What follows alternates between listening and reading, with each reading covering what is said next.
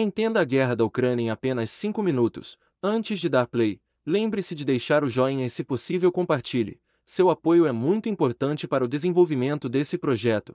E a seguir, mais um fato curioso. Para compreender o que está acontecendo na Ucrânia é importante voltar um pouco no tempo e entender a geopolítica no local, mais precisamente para o ano de 1949. Após o fim da Segunda Guerra Mundial, a Europa encontrava-se muito enfraquecida e o mundo dividido em dois polos: de um lado o comunismo, representado pela antiga União Soviética, e do outro lado o capitalismo, representado pelos Estados Unidos. E então, no ano de 1949, surgiu a OTAN, sigla para a Organização do Tratado do Atlântico Norte, onde os Estados Unidos e alguns países europeus formaram uma aliança para combater o avanço soviético na Europa. Em 1991, com a queda da União Soviética, aquela região foi dissolvida em diversos países, dentre eles a Rússia e a Ucrânia.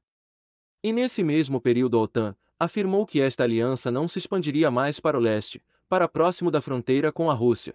Porém, na realidade houve uma grande expansão, conforme podemos visualizar nessa imagem. Em 1999, Vladimir Putin, ex-membro da KGB, agência secreta russa, se tornou o presidente da Rússia.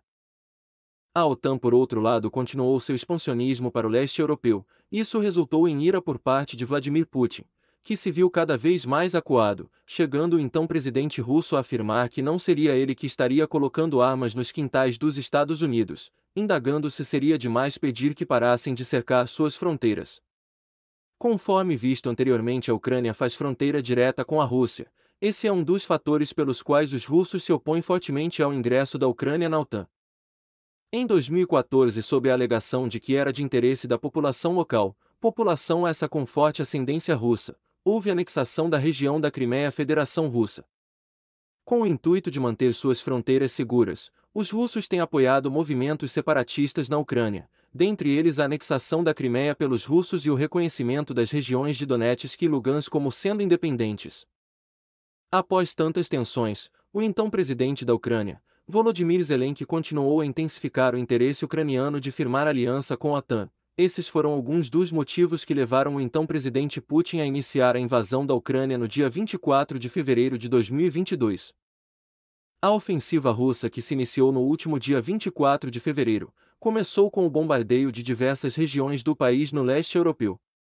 Intitulada pelo então presidente Vladimir Putin como Operação Militar Especial na região de Donbás, ao leste da Ucrânia, mais próximo à Rússia, onde estão as regiões separatistas de Luhansk e Donetsk, as quais, conforme já dito anteriormente, ele reconheceu a independência. Porém, o que se iniciou como uma operação somente na região de Donbás se tornou um ataque a quase todo o território ucraniano, com explosões em diversas cidades, incluindo a capital Kiev. As tropas que vieram do norte marcharam na direção de Kiev, do leste por Donetsk, Luhansk e Kharkiv, e da Crimeia no sul. A Rússia tem atacado regiões militares no território ucraniano, mas também há relatos de explosões em escolas e até mesmo em regiões residenciais. A invasão russa tem deixado pelo menos 800.000 pessoas refugiadas, segundo a ONU. O presidente da Ucrânia convocou os cidadãos para defender o território. Essa imagem nos mostra barricadas colocadas pela população para evitar o avanço das tropas russas. Gigantescas filas de carros tentando fugir da cidade de Kiev, então alvo do avanço militar russo. Cidadãos russos utilizam as estações de metrô como banqueiros improvisados. O presidente Zelensky cobra da comunidade internacional algumas posições contra esse avanço russo sobre território ucraniano. Já foram impostas diversas sanções econômicas tanto às empresas e bancos russos, quanto a alguns oligarcas que estão tendo seus bens confiscados e sua fortuna congelada. Nenhuma dessas iniciativas até então foi capaz de inibir o ataque russo. No entanto, delegações diplomáticas da Rússia e da Ucrânia continuam tentando negociar um cessar-fogo.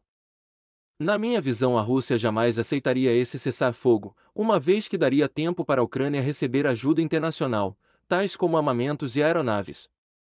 A verdade é que dificilmente a Rússia teria imaginado que haveria tanta resistência. Existem algumas informações que nos dizem que as baixas russas já ultrapassam 10.000 homens. E alguns países continuam a enviar para a Ucrânia armamento para ajudar no combate, com a Espanha tendo dito que enviará 1.300 lançadores de granada antitanque, a Alemanha tendo dito que enviará 1.000 lançadores de foguetes, com o presidente Joe Biden dos Estados Unidos tendo aprovado a liberação de 350 milhões de dólares para ajuda militar à Ucrânia. Como podemos observar, os cenários não são nada favoráveis para um cessar-fogo. O que podemos fazer é aguardar e torcer para uma resolução diplomática. Obrigado por assistir nosso conteúdo. Não se esqueça de se inscrever em nosso canal, compartilhar com os amigos e deixar aquele joinha para que possamos saber se vocês gostam desse tipo de conteúdo.